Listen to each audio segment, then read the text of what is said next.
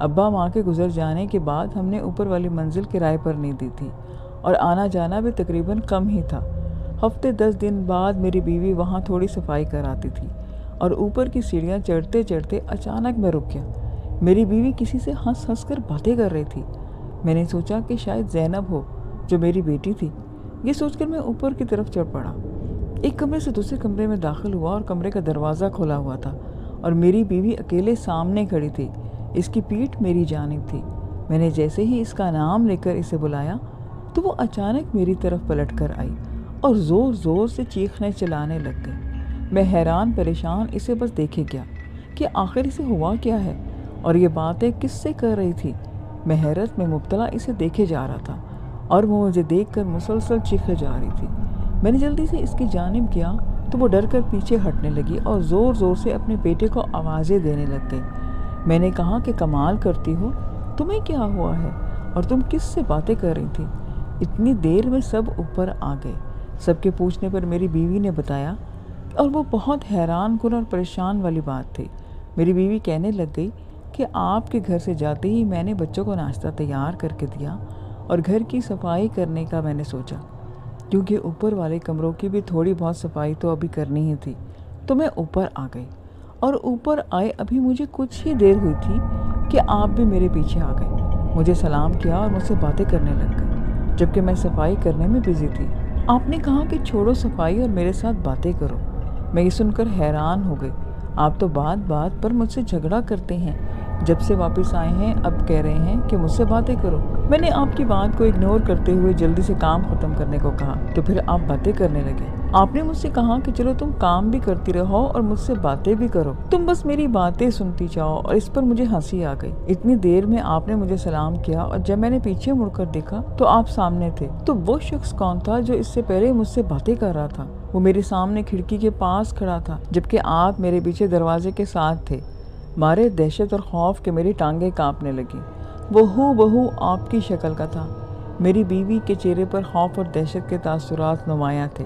میں نے اپنے بچوں کو دیکھتے ہوئے آنکھوں ہی آنکھوں میں انہیں خاموش رہنے کا اشارہ کیا اور ان کو کہا کہ تمہارا وہم ہوگا، تم ڈر گئی ہو اور تم کوئی ایسی ویسی بات نہیں ہے۔ یہ سب سن کر وہ رونے لگ گئی۔ میں نے اسے تسلی دی اور سب کو لے کر نیچے آ گیا۔ میری پریشانی اب اور زیادہ بڑھ چکی تھی۔ اب مجھے بھی ڈر لگنے لگ گیا تھا، مگر میں اپنا ڈر بیوی کے سامنے ظاہر نہیں ہونے دیتا تھا۔ میں نے سوچ لیا تھا کہ اب جلد از جلد مجھے اپنے دوست کے بتائے ہوئے اس عامل سے ملنا ہے۔ میری بیوی بار بار مجھے یہ احساس دلاتی رہی کہ وہ سب سچ ہے، میرا وہم نہیں تھا، مگر وہ ابھی اچھی طرح سے جانتی تھی کہ میں ایسی باتوں پر بالکل بھی بھروسہ نہیں کرتا۔ اسی رات میرے دوست نے مجھے کہا اور فون پہ مجھے بتایا کہ اس آدمی سے ملنے کا وقت دیا ہے، تو آپ چلنے کا مجھے بتاؤ اور ہم پلان بناتے ہیں۔ میں نے صبح ہی جانے کا اس کو کہہ دیا اور یوں ہماری تیاری ہو گئی۔ ہم 2 لوگ صبح فجر کی نماز کے بعد روانہ ہو گئے۔ وہ سفر کافی طویل تھا۔ لاہور سے چکوال اور پھر تلا گنگ ہم نے جانا تھا، تقریباً 100 کلومیٹر جہاں ہمیں جانا تھا۔ خیر ہم جب وہاں پہنچے تو کافی لوگ وہاں پر پہلے سے ہی موجود تھے۔ یہاں پر میں آپ کو بتاتا چلوں کہ ان صاحب سے میری فون پر بات ہوئی تھی اور ان کا کہنا تھا کہ مجھ پہ جادو کے ذریعے جنات بٹھا دیے گئے ہیں، اور مزید یہ کہ مجھے جلد از جلد وہاں آنا چاہیے تاکہ ان جنات کی حاضری کروا کر پوچھا جائے کہ کس نے ان کو بھیجا ہے اور جادو کس نے کروایا ہے۔ یہ سب باتیں وہ پوچھنا چاہتے تھے۔ بہرحال جب ہم وہاں پہنچے تو ہمیں باہر انتظار کرنے کو کہا گیا۔ میرے خیال کے بالکل مطابق یہاں پر عورتوں کی اچھی خاصی تعداد تھی جو اپنے اپنے مسئلے لے کر اپنی اپنی باری کا انتظار میں تھی، اور اندر سورہ مزمل شریف کی تلاوت لگی ہوئی تھی۔ میرے دوست کے دوست نے میرے کان میں ایک بات کہی کہ یہ پیر صاحب سورہ مزمل کے عامل ہیں اور ان کے پاس کافی زیادہ جنات بھی ہیں۔ میں نے سوچا کہ میرا کام بن گیا۔ خیر میری باری پر مجھے اندر بلایا گیا اور پیر صاحب نے بڑی محبت سے مجھے اپنے پاس بٹھایا اور مجھ سے پوچھا، اور آپ لاہور سے آئے؟ میں نے ہاں میں سر ہلا دیا۔ ساتھ ہی مجھے حکم ہوا کہ اپنی آنکھوں کو بند کرو اور گھر کے باہر کے دروازے کا تصور اپنے ذہن میں رکھیں، اور اگر کوئی روحانی ہستی آپ کو نظر آئے تو مجھے فوراً بتائیں۔ اور خود پیر صاحب سورہ مزمل بلند آواز میں پڑھنے لگ گئے۔ میں اپنے تصور میں ہی اپنے گھر کے مین انٹرنس پر پہنچ گیا۔ پیر صاحب سورہ مزمل پڑھتے پڑھتے پھر درود شریف پڑھنے لگ گئے اور میرے کانوں سے پیر صاحب کے یہ جملے ٹکرائے، سورہ مزمل کے موکلوں کے حاضر ہو جاؤ اور ساتھ ہی مجھے پوچھنے لگے کہ کچھ نظر آیا۔ میں نے ان کو نہ میں سر ہلایا۔ کافی دیر بعد پیر صاحب نے مجھے آنکھیں کھولنے کو کہا تو میں نے اپنی آنکھیں کھول دی۔ اب پیر صاحب نے کہا کہ آپ کو میں نے خواہ میں جادو کا بتایا، آپ پر کسی قسم کے اثرات نہیں ہیں، کسی نے جادو کر کے آپ کے گھر کے راستے میں دبایا تھا اور آپ بس اس کے اوپر سے گزر گئے، اور یہیں پر وہ پیر صاحب جھوٹے ثابت ہو گئے۔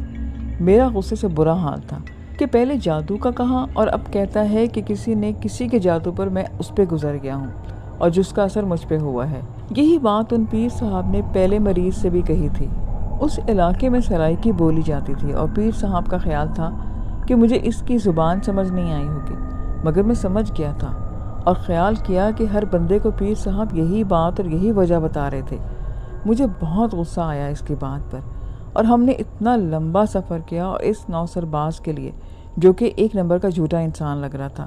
پھر اس پیر نے مجھے اور لوگوں کی طرح 3 تعویذ دیے، ایک گلے میں ڈالنے کے لیے اور دوسرے 2 21 دن پانی میں بھگو کر وہ پانی پینے کو کہا، اور اس آدمی کا یہی طریقہ کار تھا، وہ ہر بندے کو ایسے ہی بیوقوف بنانے لگا تھا۔ اس پیر نے اپنے سامنے پیسے ڈالنے کے لیے ایک ڈبہ بھی رکھا ہوا تھا، اپنے مرضی سے وہ لوگ اس میں پیسے ڈالتے اور وہاں سے چلے جاتے۔ تو میں اس کے آستانے سے اٹھ کر اپنے دوست کے ساتھ باہر آ گیا اور مجھے بہت پچھتاوا ہو رہا تھا۔ اسی طرح بہت سے عالموں سے میری ملاقات ہوتی رہی، کوئی کہتا کہ جادو ہے تو کوئی کہتا کہ جنات ہے، بس اس میں رکاوٹیں ہوتی رہیں۔ وقت اور پیسہ میرا برباد ہوتا رہا۔ اس دوران بہت سے واقعات ہوئے۔ پچھلے دنوں میں مغرب کے بعد گھر کی چھت پر گیا، ابھی اندھیرا اتنا گہرا نہیں ہوا تھا۔ میں نے چھت کا دروازہ کھولا اور چلتے چلتے دائیں جانب دیوار کے ساتھ لگ کر کھڑا ہو گیا۔ 5 فٹ کی وہ دیوار تھی جو کہ چھت پر بنی ہوئی تھی، جسے 4 دیواری کہتے ہیں۔ چند لمحے وہاں کھڑا رہنے کے بعد میں نے نیچے جانے کا ابھی ارادہ ہی کیا تھا کہ کسی نے مجھے پیچھے سے آواز دی، میرا نام لے کر مجھے بلایا کہ ادھر آؤ۔ میں جلدی سے پیچھے پلٹ کر دیکھا اور حیران رہ گیا، میرے پیچھے کوئی بھی نہ تھا، ساری چھت بالکل خالی پڑی تھی۔ ڈر اور خوف کے مارے میری ٹانگیں کانپنا شروع ہو گئی۔ میں نے آیت الکرسی پڑھنے لگ گیا اور تیزی سے نیچے کی جانب بھاگا۔ کبھی گھر سے بچوں کے رونے اور کبھی ہنسنے کی آوازیں آتی۔ میں نے جب سے عاملوں کے پاس جانا شروع کیا تھا تو مسئلہ میرا اور زیادہ خراب ہونے لگ گیا تھا۔ میری بیوی کو بھی پتہ چل چکا تھا کہ ایک رات میں سویا ہوا تھا کہ اچانک شور کی آواز سے میری آنکھ کھل گئی اور ساتھ والے کمرے سے آوازیں آ رہی تھیں، جہاں پر میری بیوی اور میری چھوٹی بیٹی جو 5 سال کی ہے وہ دونوں اس کمرے میں سوتی تھی۔ میں جلدی سے بستر سے نکل کر تقریباً بھاگتے ہوئے وہاں پہنچا تو دیکھا کہ میری بیوی ڈیری سیمی خوف سے کانپ رہی ہے۔ میں نے جلدی سے اسے بازو سے پکڑ کر پوچھا کہ کیا ہوا ہے، تم ڈر کیوں رہی ہو؟ اسی دوران میں نے دیکھا کہ میری بیٹی کی آنکھیں بند تھیں، جیسے اسے شور کی آواز نہیں آئی ہو، اور میری بیوی بات کرنا چاہتی مگر اس کی زبان اس کا ساتھ نہیں دے پا رہی تھی، وہ ابھی تک مسلسل کانپ رہی تھی۔ میں نے گھبرا کر کہا کہ میں تمہارے لیے پانی لاتا ہوں، مگر اس نے زور سے میرا بازو پکڑ لیا۔ میں سمجھ گیا کہ وہ نہیں چاہتی کہ میں اسے چھوڑ کر پانی لینے کو جاؤں۔ میرا بیٹا بھی اس دوران کمرے میں آ چکا تھا۔ میں نے اپنی بیوی کو تسلی دیتے ہوئے پاس پڑی کرسی پر اسے بٹھایا اور پوچھا کہ آخر ہوا کیا ہے۔ مجھے اندازہ ہو چکا تھا کہ اس نے کسی کو دیکھا ہے، اور کچھ دیر بعد جب وہ کچھ بولنے کے قابل ہوئی تو مجھ پہ برس پڑی کہ آپ کسی کے پاس کیوں نہیں جاتے، کسی کو گھر لائیے اور اس مسئلے کا حل کروائیں۔ میں جانتا تھا کہ وہ خوف زدہ ہے اور شاید اب اکتا چکی ہے۔ اب میں نے اسے بتایا کہ یہاں سب پیسے ہتھیانے والے نوسر باز ہیں۔ بہرحال میری بیوی کا کہنا تھا کہ میں جیسے ہی کمرے میں سونے کے لیے آئی تو مجھ پر شدید نیند کا غلبہ تھا۔ کب میری آنکھ لگی کچھ پتہ ہی نہ چلا، اور پھر میں نے خواب میں دیکھا کہ ایک کالی سی عورت ہے جو مجھے کہتی ہے کہ میں تمہیں نہیں چھوڑوں گی۔ وہ ہاتھ کے اشارے کر کے یہ بات مجھے کہتی ہے، اور پھر وہ چلتے ہوئے میرے پاس آتی ہے اور میری بیٹی کو بستر سے اٹھا کر کہنے لگی کہ اسے میں اپنے ساتھ لے جا رہی ہوں۔ میں شور کرنے لگ گئی، چیختے چلاتی رہی، مگر میری حلق سے آواز نہیں نکلتی، میرا جسم بے جان ہونے لگتا ہے۔ وہ عورت جیسے ہی باہر نکلنے کے لیے کمرے کے دروازے کے پاس پہنچی تو نہ جانے کیسے میری زبان پر اللہ تعالیٰ کا نام آ گیا اور میں اللہ پاک کو پکارنے لگتی ہوں۔ اس کے ساتھ ہی میری آنکھ کھل گئی اور وہی عورت میرے سامنے کھڑی تھی، جسے دیکھتے ہی میں نے شور کر دیا۔ میں سوچنے لگا کہ اگر میں خود ان حالات سے نہ گزرا ہوتا تو شاید میں کبھی بھی یقین نہ کرتا، مگر جو ہوا، جو ہو رہا تھا، وہ میرے لیے حیران کن اور نہایت پریشان کن تھا۔ میں خود سے زیادہ فکر بیوی بچوں کی کرنے لگا۔ بہرحال میری بیوی نے مجھے بہت سی باتیں بتائیں جو نہ جانے کب سے اس نے مجھ سے چھپا کے رکھی ہوئی تھی، صرف اسی وجہ سے کہ میں پریشان نہ ہو جاؤں۔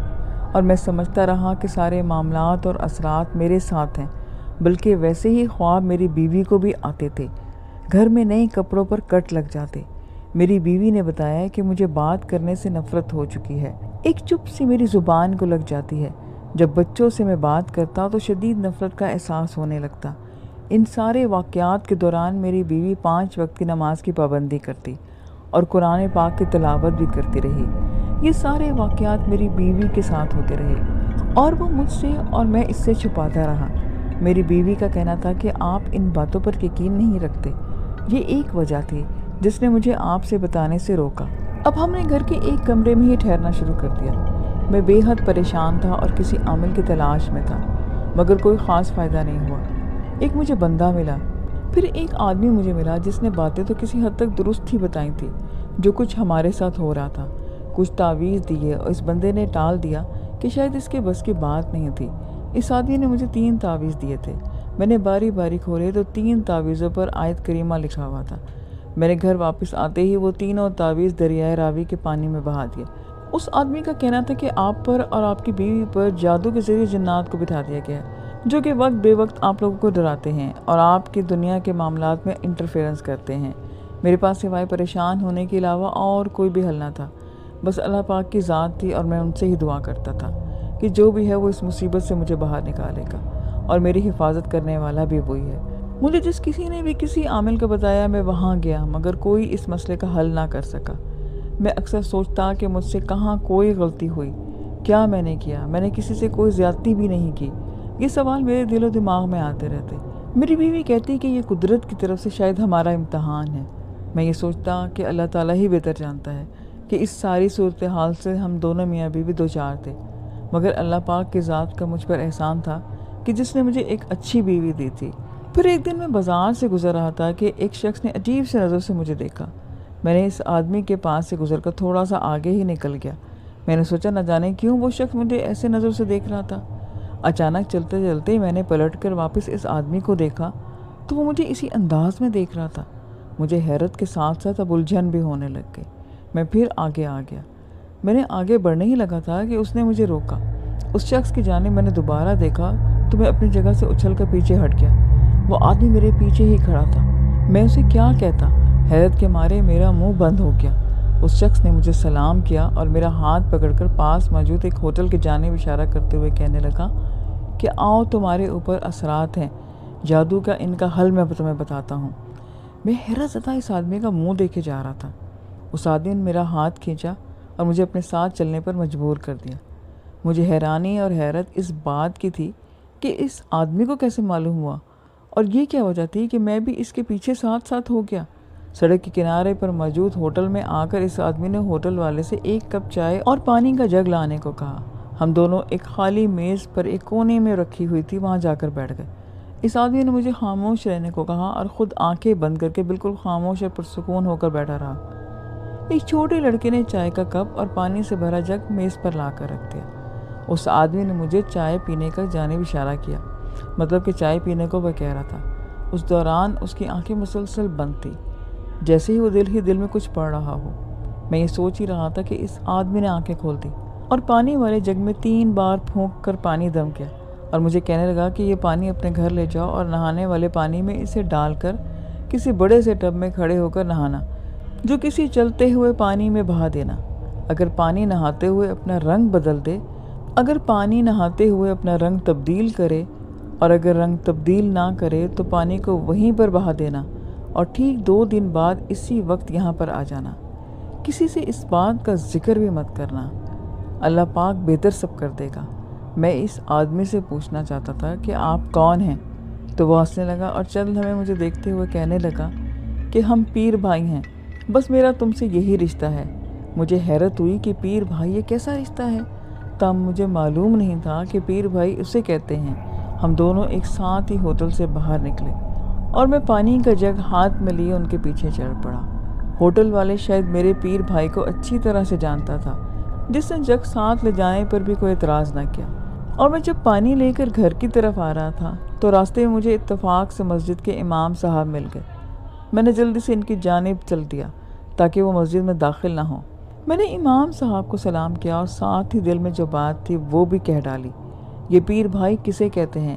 امام صاحب نے ہنستے ہوئے مجھے بتایا کہ جناب، جب بندہ کسی کو اپنا پیر و مرشد مان لے تو اس کو پیر و مرشد کے تمام مرید آپس میں ایک دوسرے کو پیر بھائی کہلاتے ہیں، ایک دوسرے سے اپنے پیر مرشد کی وجہ سے عقیدت رکھتے ہیں۔ میں نے امام صاحب کا شکریہ ادا کیا اور گھر کی راہ لی۔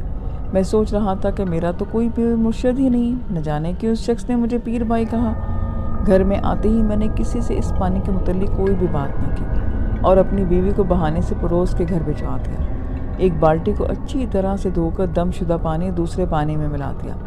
بالٹی لے کر میں اوپر چھت پر آ گیا اور ایک ادر ٹب جسے مجھے کھڑا ہو کر نہانا تھا وہ بھی میں اپنے ساتھ لے کر آیا۔ چھت کی چار دیواری اتنی اونچی تھی کہ قریب موجود گھروں کی چھتوں پر کوئی بھی موجود بھی ہوتا تو مجھے نہاتے ہوئے نہ دیکھ پاتا۔ پھر بھی احتیاطی طور پر میں نے 2 چارپائیوں کی ایک دیوار کے سامنے کھڑا کیا اور ان پر کپڑا ڈال دیا تاکہ مجھے نہاتے ہوئے کوئی دیکھ بھی نہ سکے۔ اسی لیے یہ کام میں نے چھت پہ کرنے کا سوچا تھا۔ میں اسی طریقے سے نہاتا رہا۔ جب 2-3 پانی سے بھرے ہوئے مگ میں نے اپنے اوپر ڈالے تو میں نے دیکھا کہ حیران رہ گیا کہ ٹب جس میں میں کھڑا تھا اس میں جو پانی جمع ہوا تھا وہ بالکل پیلے رنگ کا ہو گیا تھا۔